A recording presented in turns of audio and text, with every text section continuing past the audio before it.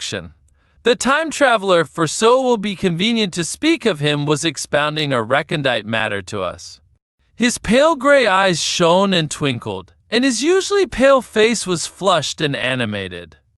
The fire burnt brightly, and the soft radiance of the incandescent lights and the lilies of silver caught the bubbles that flashed and passed in our glasses.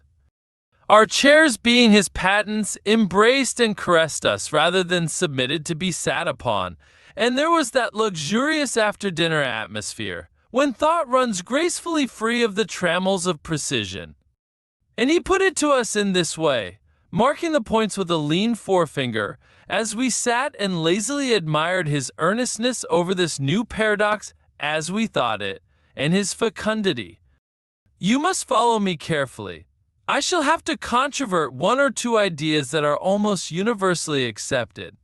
The geometry, for instance, they taught you at school is founded on a misconception. Is not that rather a large thing to expect us to begin upon? Said Philby, an argumentative person with red hair. I do not mean to ask you to accept anything without reasonable ground for it. You will soon admit as much as I need from you. You know, of course, that a mathematical line, a line of thickness nil, has no real existence. They taught you that? Neither has a mathematical plane. These things are mere abstractions. That is all right, said the psychologist. Nor, having only length, breadth, and thickness, can a cube have a real existence. There I object, said Philby. Of course a solid body may exist, all real things. So most people think. But wait a moment, can an instantaneous cube exist? Don't follow you, said Philby. Can a cube that does not last for any time at all have a real existence? Philby became pensive. Clearly, the time traveler proceeded, any real body must have extension in 4 directions. It must have length, breadth, thickness, and duration. But through a natural infirmity of the flesh, which I will explain to you in a moment, we incline to overlook this fact. There are really 4 dimensions, 3 which we call the 3 planes of space, and a 4th, time. There is, however, a tendency to draw an unreal distinction between the former 3 dimensions and the latter, because it happens that our consciousness moves intermittently in one direction along the latter, from the beginning to the end of our lives. That, said a very young man, making spasmodic efforts to relight his cigar over the lamp, that. Very clear indeed. Now, it is very remarkable that this is so extensively overlooked, continued the time traveler, with a slight accession of cheerfulness. Really, this is what is meant by the 4th dimension, though some people who talk about the 4th dimension do not know they mean it. It is only another way of looking at time. There is no difference between time and any of the 3 dimensions of space, except that our consciousness moves along it. But some foolish people have got hold of the wrong side of that idea. You have all heard what they have to say about this 4th dimension? I have not, said the provincial mayor. It is simply this. That space, as our mathematicians have it, is spoken of as having 3 dimensions, which one may call length, breadth, and thickness, and is always definable by reference to 3 planes, each at right angles to the others. But some philosophical people have been asking why 3 dimensions particularly? Why not another direction at right angles to the other 3? And have even tried to construct a 4-dimensional geometry. Professor Simon Newcomb was expounding this to the New York Mathematical Society only a month or so ago. You know how on a flat surface, which has only 2 dimensions, we can represent a figure of a 3-dimensional solid. And similarly, they think that by models of 3 dimensions they could represent one of 4, if they could master the perspective of the thing. See? I think so, murmured the provincial mayor. And, knitting his brows, he lapsed into an introspective state, his lips moving as one who repeats mystic words. Yes, I think I see it now, he said after some time, brightening in a quite transitory manner. Well, I do not mind telling you I have been at work upon this geometry of 4 dimensions for some time. Some of my results are curious. For instance, here is a portrait of a man at 8 years old, another at 15, another at 17, another at 23, and so on. All these are evidently sections, as it were, 3-dimensional representations of his 4-dimension being, which is a fixed and unalterable thing. Scientific people, proceeded the time traveler, after the pause required for the proper assimilation of this, know very well that time is only a kind of space. Here is a popular scientific diagram, a weather record. This line I trace with my finger shows the movement of the barometer. Yesterday it was so high, yesterday night it fell, then this morning it rose again and so gently upward to here. Surely the mercury did not trace this line in any of the dimensions of space generally recognized, but certainly it traced such a line, and that line, therefore, we must conclude was along the time dimension. But, said the medical man, staring hard at a coal in the fire, if time is really only a 4th dimension of space, why is it, and why has it always been, regarded as something different? And why cannot we move in time as we move about in the other dimensions of space? The time traveler smiled. Are you so sure we can move freely in space? Right and left we can go backward and forward freely enough, and men always have done so. I admit we move freely in 2 dimensions, but how about up and down? Gravitation limits us there. Not exactly, said the medical man. There are balloons. But before the balloons, save for spasmodic jumping and the inequalities of the surface, man had no freedom of vertical movement.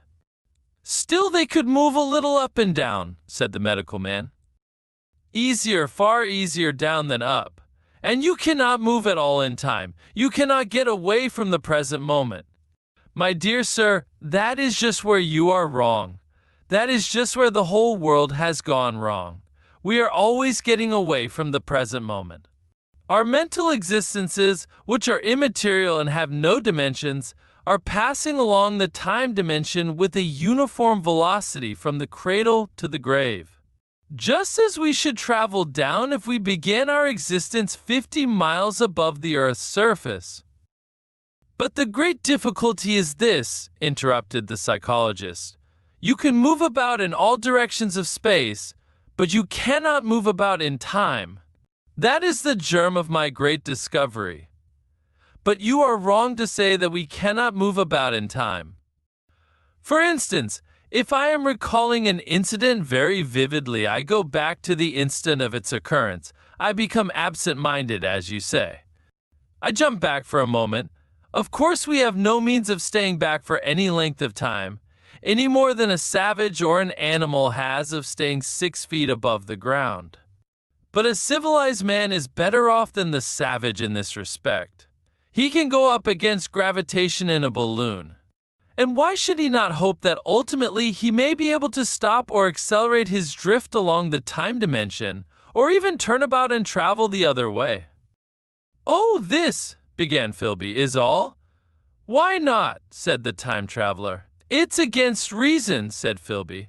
What reason, said the time traveler. You can show black is white by argument, said Philby, but you will never convince me.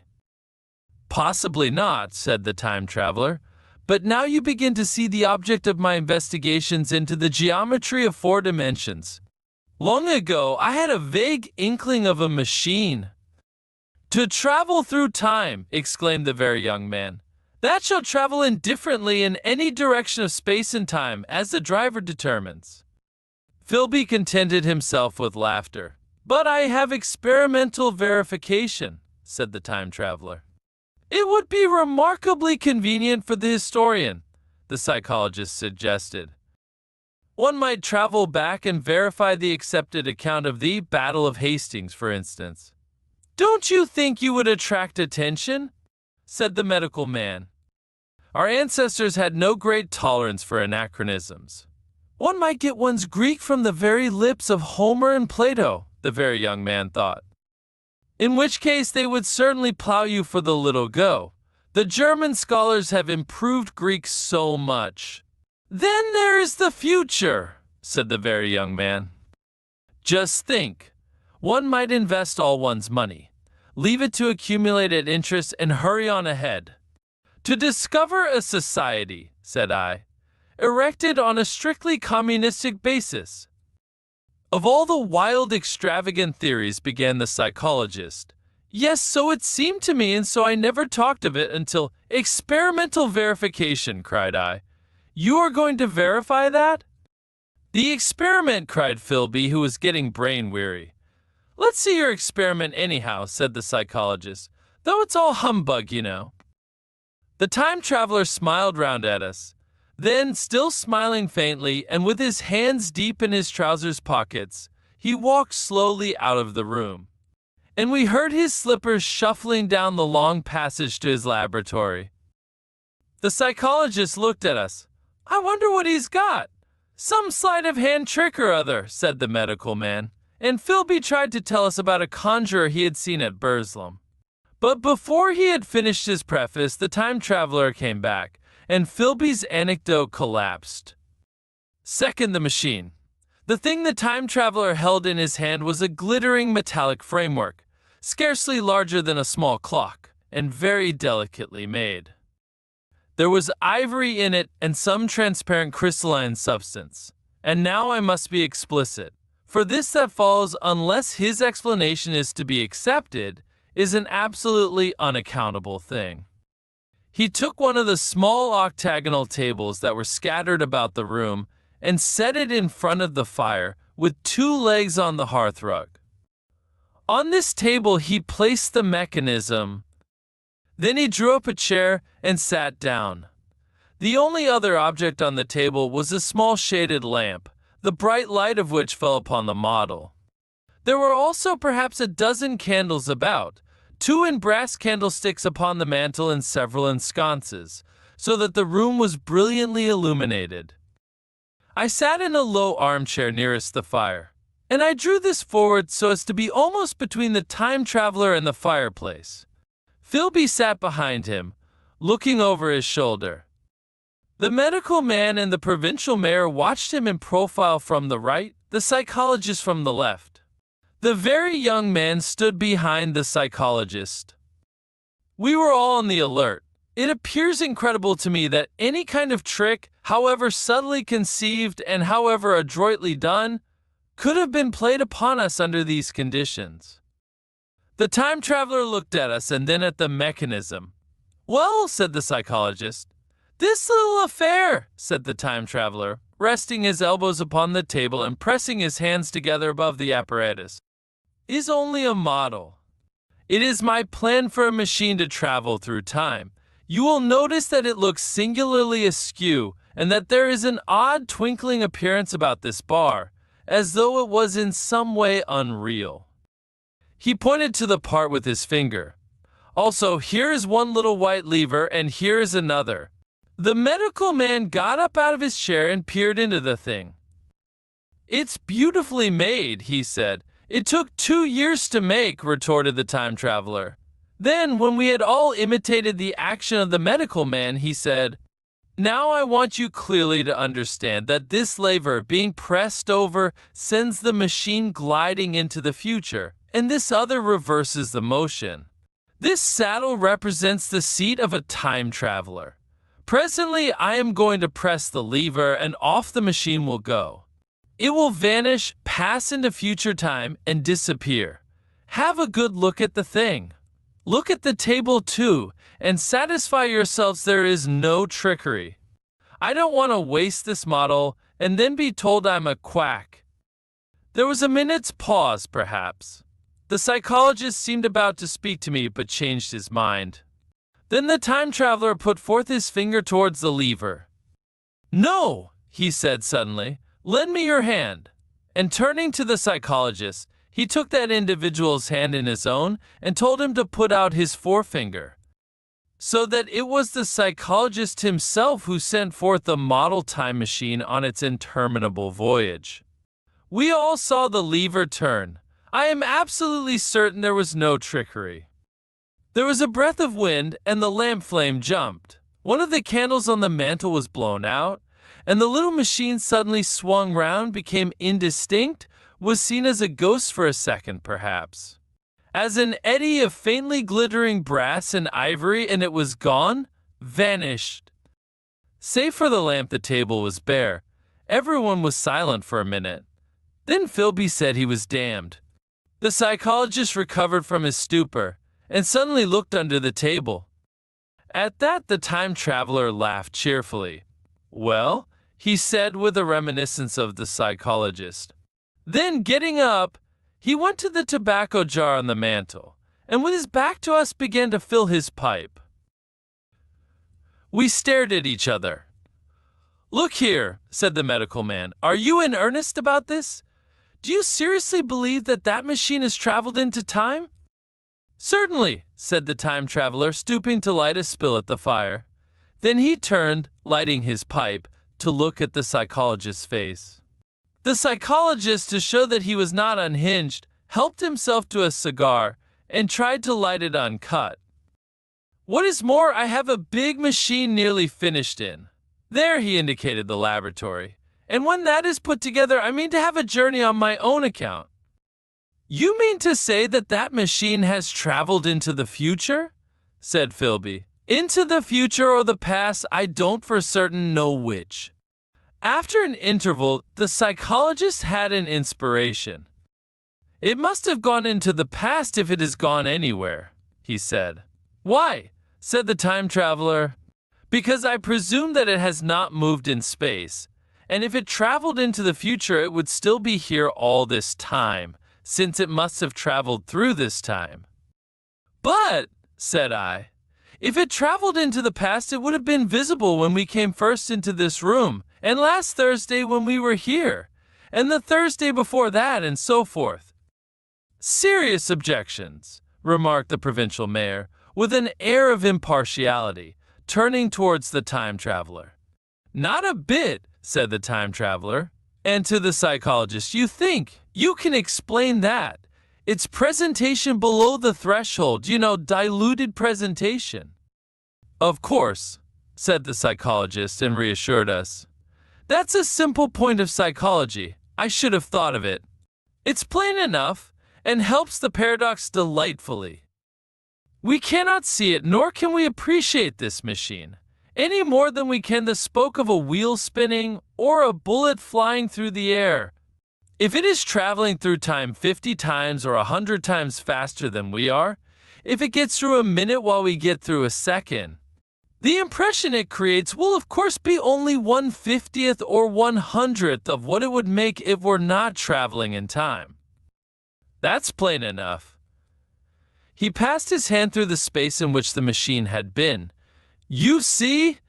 he said, laughing. We sat and stared at the vacant table for a minute or so. Then the time traveler asked us what we thought of it all. "It sounds plausible enough tonight," said the medical man, "but wait until tomorrow. Wait for the common sense of the morning." "Would you like to see the time machine itself?" asked the time traveler. And therewith, taking the lamp in his hand, he led the way down the long, drafty corridor to his laboratory. I remember vividly the flickering light, his queer broad head and silhouette, the dance of the shadows, how we all followed him, puzzled but incredulous, and how there in the laboratory we beheld a larger edition of the little mechanism which we had seen vanish from before our eyes. Parts were of nickel, parts of ivory, parts had certainly been filed or sawn out of rock crystal. The thing was generally complete, but the twisted crystalline bars lay unfinished upon the bench beside some sheets of drawings. And I took one up for a better look at it. Quartz it seemed to be. "Look here," said the medical man, "are you perfectly serious, or is this a trick like that ghost you showed us last Christmas?" "Upon that machine," said the time traveler, holding the lamp aloft, "I intend to explore time. Is that plain? I was never more serious in my life." None of us quite knew how to take it. I caught Philby's eye over the shoulder of the medical man, and he winked at me solemnly. Third, the time traveler returns. I think that at that time none of us quite believed in the time machine. The fact is, the time traveler was one of those men who are too clever to be believed. You never felt that you saw all around him. You always suspected some subtle reserve, some ingenuity in ambush behind his lucid frankness. Had Philby shown the model and explained the matter in the time traveler's words, we should have shown him far less skepticism. For we should have perceived his motives. A pork butcher could understand Philby. But the time traveler had more than a touch of whim among his elements, and we distrusted him. Things that would have made the fame of a less clever man seem tricks in his hands. It is a mistake to do things too easily. The serious people who took him seriously never felt quite sure of his deportment. They were somehow aware that trusting their reputations for judgment with him was like furnishing a nursery with eggshell china. So I don't think any of us said very much about time traveling in the interval between that Thursday and the next, though its odd potentialities ran, no doubt, in most of our minds. Its plausibility, that is, its practical incredibleness, the curious possibilities of anachronism and of utter confusion it suggested. For my own part, I was particularly preoccupied with the trick of the model. That I remember discussing with the medical man, whom I met on Friday at the Linnean. He said he had seen a similar thing at Tübingen, and laid considerable stress on the blowing out of the candle. But how the trick was done, he could not explain. The next Thursday I went again to Richmond. I suppose I was one of the time traveler's most constant guests, and arriving late found 4 or 5 men already assembled in his drawing room. The medical man was standing before the fire with a sheet of paper in one hand and his watch in the other. Looked round for the time traveler and, "It's 7:30 now," said the medical man. "I suppose we'd better have dinner?" "Where's," said I, naming our host. "You've just come? It's rather odd." "He's unavoidably detained. He asked me in this note to lead off with dinner at 7 if he's not back. Says he'll explain when he comes." "It seems a pity to let the dinner spoil," said the editor of a well-known daily paper, and thereupon the doctor rang the bell. The psychologist was the only person besides the doctor and myself who had attended the previous dinner. The other men were blank, the editor aforementioned, a certain journalist, and another, a quiet shy man with a beard, whom I didn't know, and who, as far as my observation went, never opened his mouth all the evening. There was some speculation at the dinner table about the time traveler's absence, and I suggested time traveling in a half-jocular spirit. The editor wanted that explained to him, and the psychologist volunteered a wooden account of the ingenious paradox and trick we had witnessed that day week. He was in the midst of his exposition when the door from the corridor opened slowly and without noise. I was facing the door and saw it first. "Hallo," I said. "At last!" And the door opened wider, and the time traveler stood before us. I gave a cry of surprise. "Good heavens! Man, what's the matter?" cried the medical man who saw him next. And the whole tableful turned towards the door. He was in an amazing plight. His coat was dusty and dirty, and smeared with green down the sleeves, his hair disordered, and as it seemed to me grayer, either with dust and dirt or because its color had actually faded. His face was ghastly pale, his chin had a brown cut on it, a cut half-healed. His expression was haggard and drawn, as by intense suffering. For a moment he hesitated in the doorway, as if he had been dazzled by the light. Then he came into the room. He walked with just such a limp as I have seen in footsore tramps. We stared at him in silence, expecting him to speak. He said not a word, but came painfully to the table and made a motion towards the wine. The editor filled a glass of champagne and pushed it towards him. He drained it, and it seemed to do him good, for he looked round the table, and the ghost of his old smile flickered across his face. "What on earth have you been up to, man?" said the doctor. The time traveler did not seem to hear. "Don't let me disturb you," he said, with a certain faltering articulation. "I'm all right." He stopped, held out his glass for more, and took it off at a draught. "That's good," he said. His eyes grew brighter, and a faint color came into his cheeks. His glance flickered over our faces with a certain dull approval, and then went round the warm and comfortable room. Then he spoke again, still as it were feeling his way among his words. "I'm going to wash and dress, and then I'll come down and explain things. Save me some of that mutton. I'm starving for a bit of meat." He looked across at the editor, who was a rare visitor, and hoped he was all right. The editor began a question. "Tell you presently," said the time traveler. "I'm funny. Be all right a minute." He put down his glass and walked towards the staircase door. Again I remarked his lameness and the soft padding sound of his footfall. And standing up in my place, I saw his feet as he went out. He had nothing on them but a pair of tattered, blood-stained socks. Then the door closed upon him. I had half a mind to follow, till I remembered how he detested any fuss about himself. For a minute, perhaps, my mind was wool-gathering. Then, "Remarkable behavior of an eminent scientist," I heard the editor say, thinking after his wont in headlines. And this brought my attention back to the bright dinner table. "What's the game?" said the journalist. "Has he been doing the amateur cadger?" "I don't follow. I met the eye of the psychologist and read my own interpretation in his face." I thought of the time traveler limping painfully upstairs. I don't think anyone else had noticed his lameness. The first to recover completely from this surprise was the medical man who rang the bell. The time traveler hated to have servants waiting at dinner for a hot plate. At that, the editor turned to his knife and fork with a grunt, and the silent man followed suit. The dinner was resumed. Conversation was exclamatory for a little while with gaps of wonderment, and then the editor got fervent in his curiosity. "Does our friend eke out his modest income with a crossing, or has he his Nebuchadnezzar phases?" he inquired. "I feel assured it's this business of the time machine," I said, and took up the psychologist's account of our previous meeting.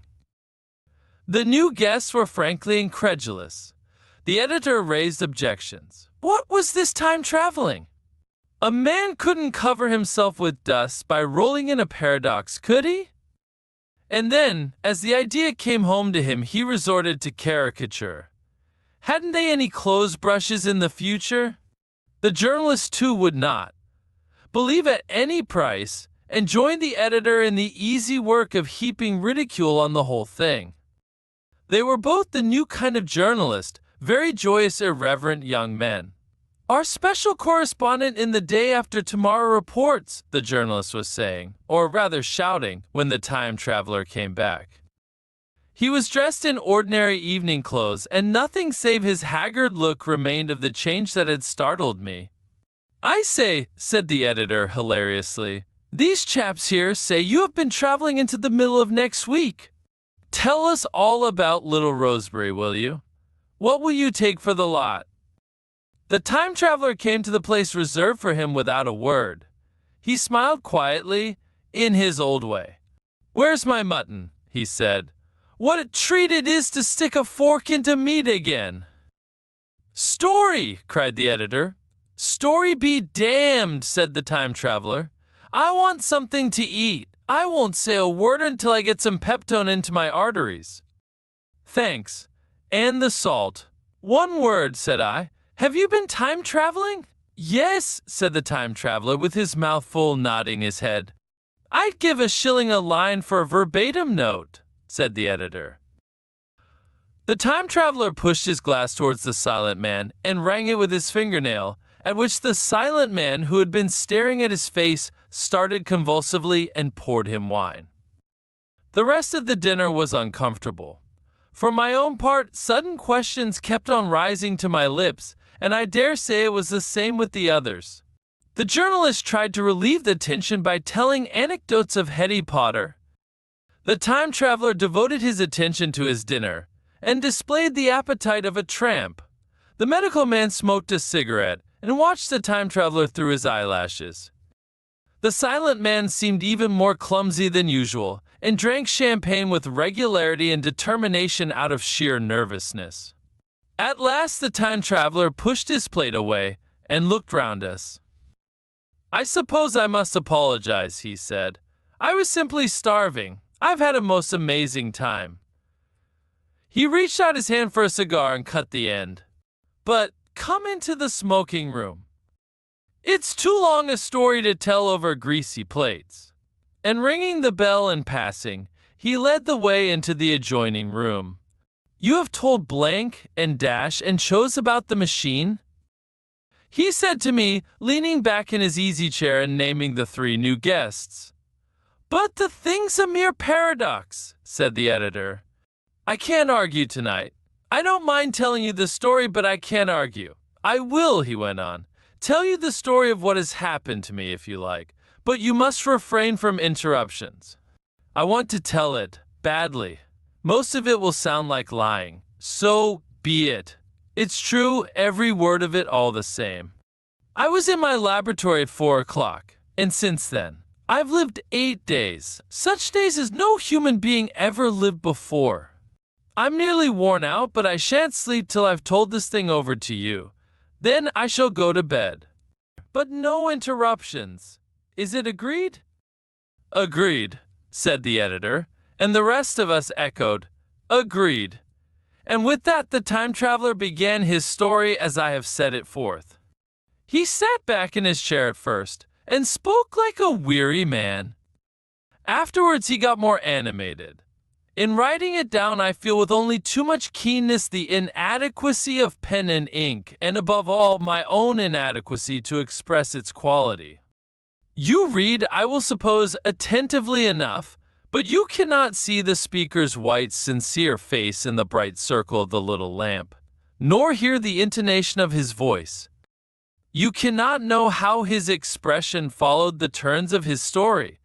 Most of us hearers were in shadow, for the candles in the smoking room had not been lighted, and only the face of the journalist and the legs of the silent man from the knees downward were illuminated. At first we glanced now and again at each other. After a time we ceased to do that and looked only at the time traveler's face. Fourth time traveling. I told some of you last Thursday of the principles of the time machine and showed you the actual thing itself, incomplete in the workshop. There it is now, a little travel-worn truly, and one of the ivory bars is cracked, and a brass rail bent, but the rest of it's sound enough. I expected to finish it on Friday, but on Friday when the putting together was nearly done, I found that one of the nickel bars was exactly 1 inch too short. And this I had to get remade, so that the thing was not complete until this morning. It was at 10 o'clock today that the first of all time machines began its career. I gave it a last tap, tried all the screws again, put one more drop of oil on the quartz rod, and sat myself in the saddle. I suppose a suicide who holds a pistol to his skull feels much the same wonder at what will come next as I felt then. I took the starting lever in one hand and the stopping one in the other, pressed the first, and almost immediately the second. I seemed to reel. I felt a nightmare sensation of falling, and looking round I saw the laboratory exactly as before. Had anything happened? For a moment I suspected that my intellect had tricked me. Then I noted the clock. A moment before, as it seemed, it had stood at a minute or so past 10. Now it was nearly 3:30. I drew a breath, set my teeth, gripped the starting lever with both hands, and went off with a thud. The laboratory got hazy and went dark. Mrs. Watchett came in and walked, apparently without seeing me, towards the garden door. I suppose it took her a minute or so to traverse the place, but to me she seemed to shoot across the room like a rocket. I pressed the lever over to its extreme position. The night came like the turning out of a lamp, and in another moment came tomorrow. The laboratory grew faint and hazy, then fainter and ever fainter. Tomorrow night came black, Then day again. Night again, day again, faster and faster still. An eddying murmur filled my ears, and a strange, dumb confusedness descended on my mind. I am afraid I cannot convey the peculiar sensations of time traveling. They are excessively unpleasant. There is a feeling exactly like that one has upon a switchback, of a helpless, headlong motion. I felt the same horrible anticipation, too, of an imminent smash.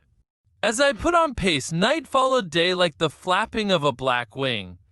The dim suggestion of the laboratory seemed presently to fall away from me, and I saw the sun hopping swiftly across the sky, leaping it every minute, and every minute marking a day. I supposed the laboratory had been destroyed and I had come into the open air. I had a dim impression of scaffolding, but I was already going too fast to be conscious of any moving things. The slowest snail that ever crawled dashed by too fast for me. The twinkling succession of darkness and light was excessively painful to the eye. Then in the intermittent darknesses, I saw the moon spinning swiftly through her quarters from new to full, and had a faint glimpse of the circling stars. Presently, as I went on, still gaining velocity, the palpitation of night and day merged into one continuous grayness. The sky took on a wonderful deepness of blue, a splendid luminous color like that of early twilight. The jerking sun became a streak of fire, a brilliant arch in space, the moon a fainter fluctuating band, and I could see nothing of the stars, save now and then a brighter circle flickering in the blue. The landscape was misty and vague. I was still on the hillside upon which this house now stands, and the shoulder rose above me gray and dim. I saw trees growing and changing like puffs of vapor, now brown, now green. They grew, spread, shivered, and passed away. I saw huge buildings rise up faint and fair and pass like dreams. The whole surface of the earth seemed changed, melting and flowing under my eyes.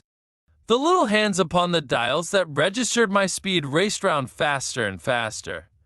Presently I noted that the sunbelt swayed up and down from solstice to solstice in a minute or less, and that consequently my pace was over a year a minute, and minute by minute the white snow flashed across the world and vanished and was followed by the bright, brief green of spring.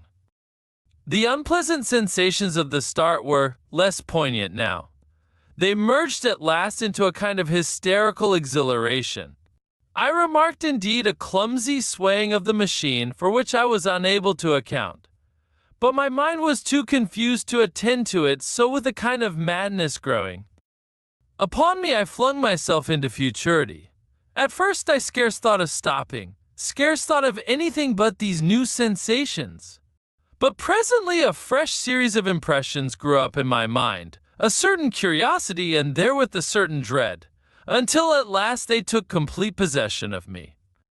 What strange developments of humanity, what wonderful advances upon our rudimentary civilization, I thought, might not appear when I came to look nearly into the dim elusive world that raced and fluctuated before my eyes.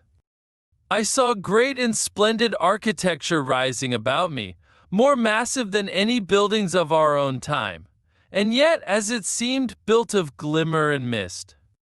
I saw a richer green flow up the hillside, and remain there, without any wintry intermission. Even through the veil of my confusion the earth seemed very fair. And so my mind came round to the business of stopping. The peculiar risk lay in the possibility of my finding some substance in the space which I, or the machine, occupied. So long as I traveled at a high velocity through time, this scarcely mattered.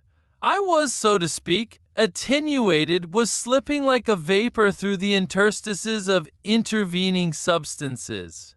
But to come to a stop involved the jamming of myself, molecule by molecule, into whatever lay in my way, meant bringing my atoms into such intimate contact with those of the obstacle that a profound chemical reaction, possibly a far-reaching explosion, would result and blow myself and my apparatus out of all possible dimensions, into the unknown. This possibility had occurred to me again and again while I was making the machine, but then I had cheerfully accepted it as an unavoidable risk, one of the risks a man has got to take. Now the risk was inevitable. I no longer saw it in the same cheerful light. The fact is that insensibly, the absolute strangeness of everything, the sickly jarring and swaying of the machine above all, the feeling of prolonged falling, had absolutely upset my nerves. I told myself that I could never stop, and with a gust of petulance I resolved to stop forthwith. Like an impatient fool, I lugged over the lever, and incontinently the thing went reeling over, and I was flung headlong through the air. There was the sound of a clap of thunder in my ears. I may have been stunned for a moment. A pitiless hail was hissing round me, and I was sitting on soft turf in front of the overset machine. Everything still seemed gray, but presently I remarked that the confusion in my ears was gone. I looked round me. I was on what seemed to be a little lawn in a garden, surrounded by rhododendron bushes, and I noticed that their mauve and purple blossoms were dropping in a shower under the beating of the hailstones. The rebounding, dancing hail hung in a little cloud over the machine and drove along the ground like smoke. In a moment I was wet to the skin. "Fine hospitality," said I, "to a man who has traveled innumerable years to see you." Presently I thought what a fool I was to get wet. I stood up and looked round me. A colossal figure, carved apparently in some white stone, loomed indistinctly beyond the rhododendrons through the hazy downpour. But all else of the world was invisible. My sensations would be hard to describe. As the columns of hail grew thinner, I saw the white figure more distinctly. It was very large, for a silver birch tree touched its shoulder. It was of white marble, in shape something like a winged sphinx, but the wings, instead of being carried vertically at the sides, were spread so that it seemed to hover. The pedestal, it appeared to me, was of bronze, and was thick with verdigris. It chanced that the face was towards me. The sightless eyes seemed to watch me. There was the faint shadow of a smile on the lips. It was greatly weather-worn, and that imparted an unpleasant suggestion of disease. I stood looking at it for a little space, half a minute perhaps, or half an hour. It seemed to advance and to recede as the hail drove before it denser or thinner. At last I tore my eyes from it for a moment, and saw that the hail curtain had worn threadbare, and that the sky was lightening with the promise of the sun. I looked up again at the crouching white shape, and the full temerity of my voyage came suddenly upon me. What might appear when that hazy curtain was altogether withdrawn? What might not have happened to men? What if cruelty had grown into a common passion? What if in this interval the race had lost its manliness and had developed into something inhuman, unsympathetic, and overwhelmingly powerful? I might seem some old-world savage animal, only the more dreadful and disgusting for our common likeness, a foul creature to be incontinently slain. Already I saw other vast shapes, huge buildings with intricate parapets and tall columns, with a wooded hillside dimly creeping in upon me through the lessening storm. I was seized with a panic fear. I turned frantically to the time machine and strove hard to readjust it. As I did so, the shafts of the sun smote through the thunderstorm. The gray downpour was swept aside and vanished like the trailing garments of a ghost. Above me, in the intense blue of the summer sky, some faint brown shreds of cloud whirled into nothingness. The great buildings about me stood out clear and distinct, shining with the wet of the thunderstorm and picked out in white by the unmelted hailstones piled along their courses. I felt naked in a strange world. I felt as perhaps a bird may feel in the clear air, knowing the hawk wings above and will swoop. My fear grew to frenzy. I took a breathing space, set my teeth, and again grappled fiercely, wrist and knee, with the machine. It gave under my desperate onset and turned over. It struck my chin violently. One hand on the saddle, the other on the lever, I stood panting heavily in attitude to mount again. But with this recovery of a prompt retreat, my courage recovered. I looked more curiously and less fearfully at this world of the remote future. In a circular opening high up in the wall of the nearer house, I saw a group of figures clad in rich soft robes. They had seen me, and their faces were directed towards me. Then I heard voices approaching me. Coming through the bushes by the white sphinx were the heads and shoulders of men running. One of these emerged in a pathway leading straight to the little lawn upon which I stood with my machine. He was a slight creature, perhaps 4 feet high, clad in a purple tunic, girdled at the waist with a leather belt. Sandals or buskins, I could not clearly distinguish which, were on his feet. His legs were bare to the knees and his head was bare. Noticing that, I noticed for the first time how warm the air was. He struck me as being a very beautiful and graceful creature, but indescribably frail. His flushed face reminded me of the more beautiful kind of consumptive, that hectic beauty of which we used to hear so much. At the sight of him, I suddenly regained confidence. I took my hands from the machine. Fifth in the golden age. In another moment we were standing face to face, I and this fragile thing out of futurity. He came straight up to me and laughed into my eyes. The absence from his bearing of any sign of fear struck me at once. Then he turned to the 2 others who were following him, and spoke to them in a strange and very sweet and liquid tongue.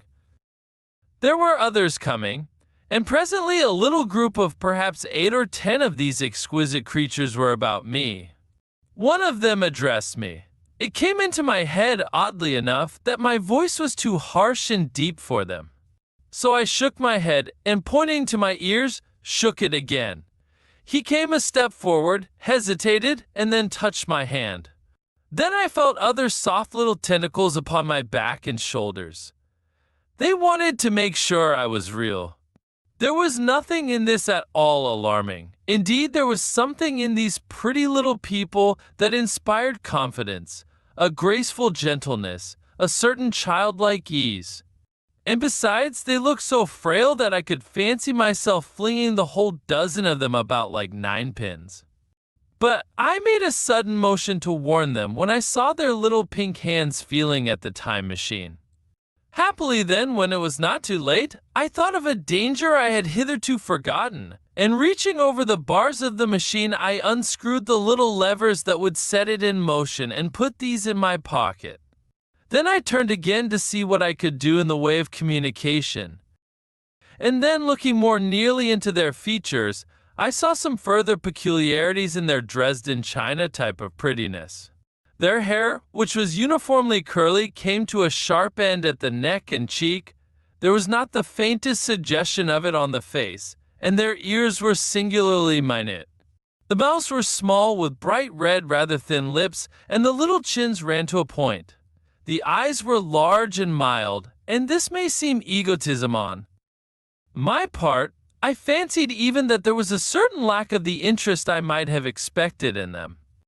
As they made no effort to communicate with me, but simply stood round me smiling and speaking in soft cooing notes to each other, I began the conversation. I pointed to the time machine and to myself. Then, hesitating for a moment how to express time, I pointed to the sun. At once a quaintly pretty little figure in checkered purple and white followed my gesture, and then astonished me by imitating the sound of thunder. For a moment I was staggered, though the import of his gesture was plain enough. The question had come into my mind abruptly.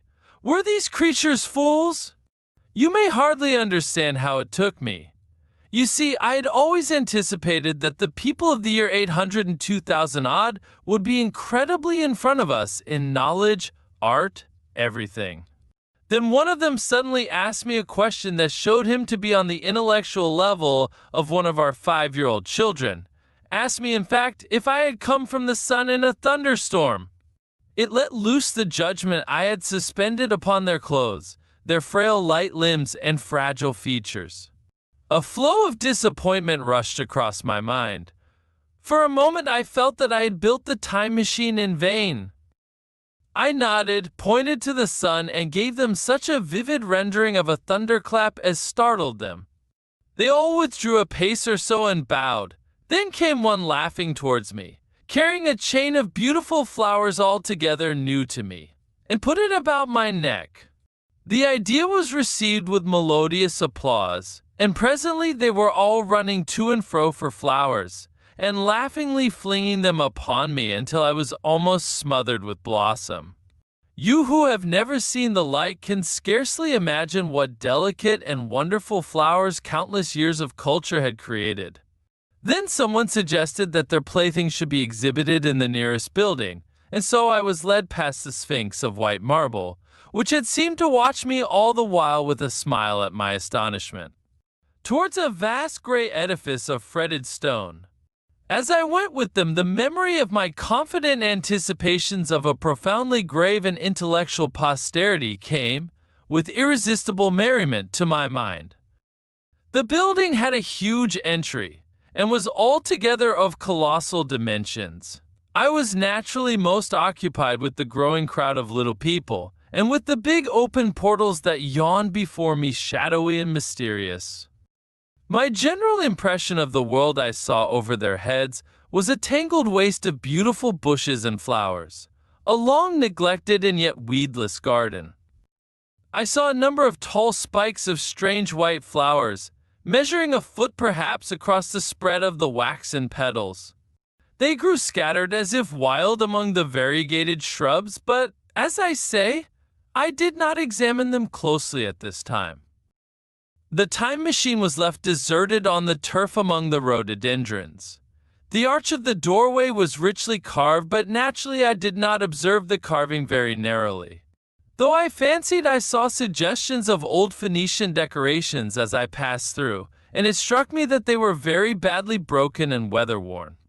Several more brightly clad people met me in the doorway, and so we entered, I, dressed in dingy 19th century garments, looking grotesque enough, garlanded with flowers, and surrounded by an eddying mass of bright, soft-colored robes and shining white limbs, in a melodious whirl of laughter and laughing speech.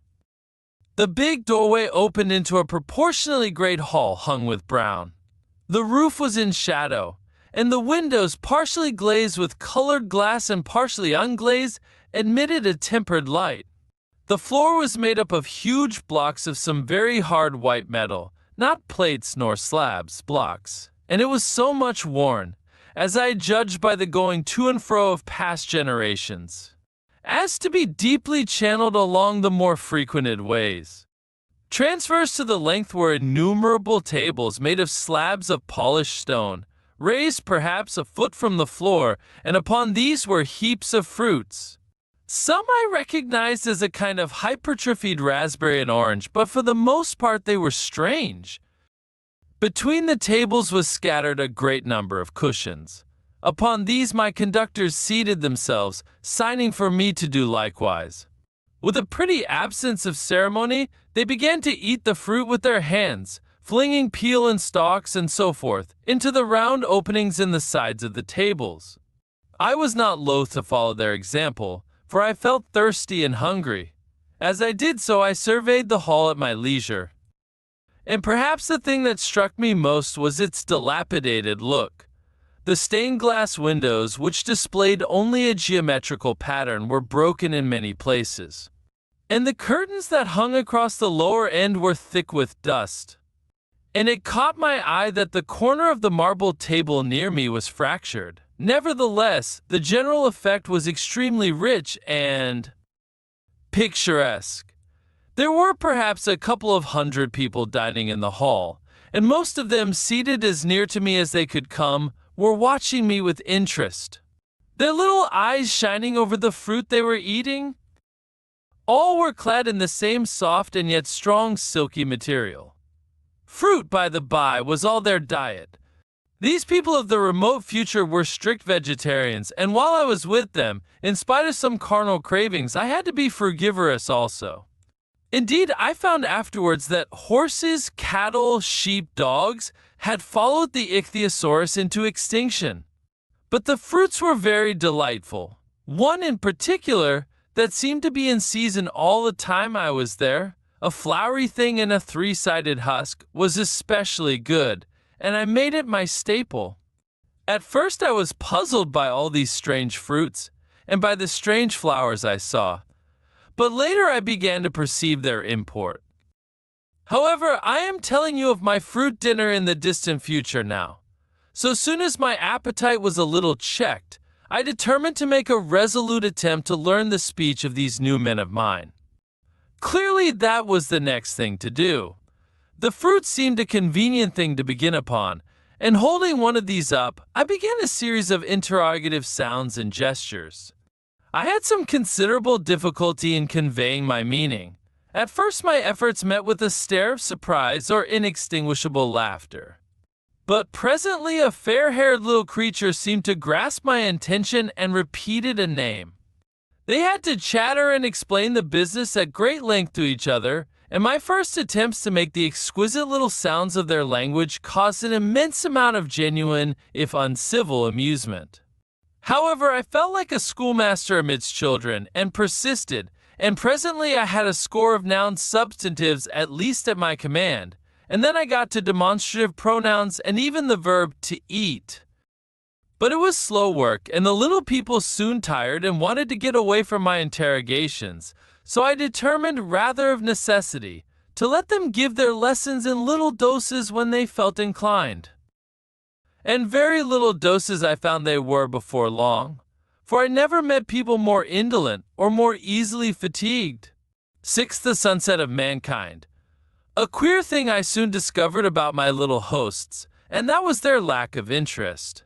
They would come to me with eager cries of astonishment, like children, but like children they would soon stop examining me and wander away after some other toy.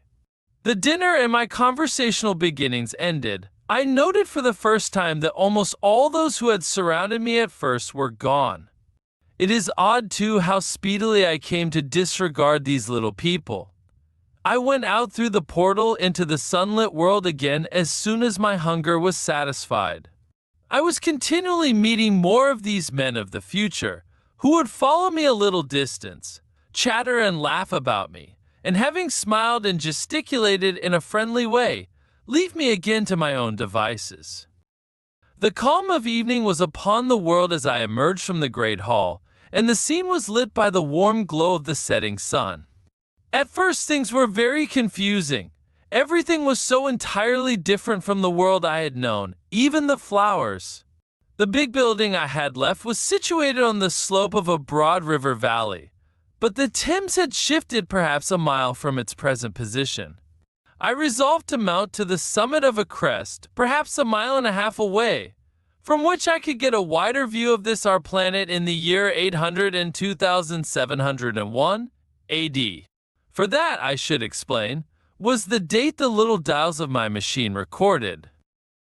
As I walked, I was watching for every impression that could possibly help to explain the condition of ruinous splendor in which I found the world, for ruinous it was. A little way up the hill, for instance, was a great heap of granite, bound together by masses of aluminium, a vast labyrinth of precipitous walls and crumpled heaps, amidst which were thick heaps of very beautiful pagoda-like plants, nettles possibly, but wonderfully tinted, with brown about the leaves and incapable of stinging. It was evidently the derelict remains of some vast structure. To what end built I could not determine. It was here that I was destined at a later date to have a very strange experience, the first intimation of a still stranger discovery, but of that I will speak in its proper place. Looking round with a sudden thought from a terrace on which I rested for a while, I realized that there were no small houses to be seen. Apparently the single house, and possibly even the household, had vanished. Here and there among the greenery were palace-like buildings, but the house and the cottage, which form such characteristic features of our own English landscape, had disappeared. Communism, said I to myself, And on the heels of that came another thought. I looked at the half-dozen little figures that were following me. Then, in a flash, I perceived that all had the same form of costume, the same soft hairless visage, and the same girlish rotundity of limb. It may seem strange perhaps that I had not noticed this before, but everything was so strange. Now I saw the fact plainly enough. In costume and in all the differences of texture and bearing that now mark off the sexes from each other, these people of the future were alike. And the children seemed to my eyes to be but the miniatures of their parents. I judged then that the children of that time were extremely precocious, physically at least. And I found afterwards abundant verification of my opinion.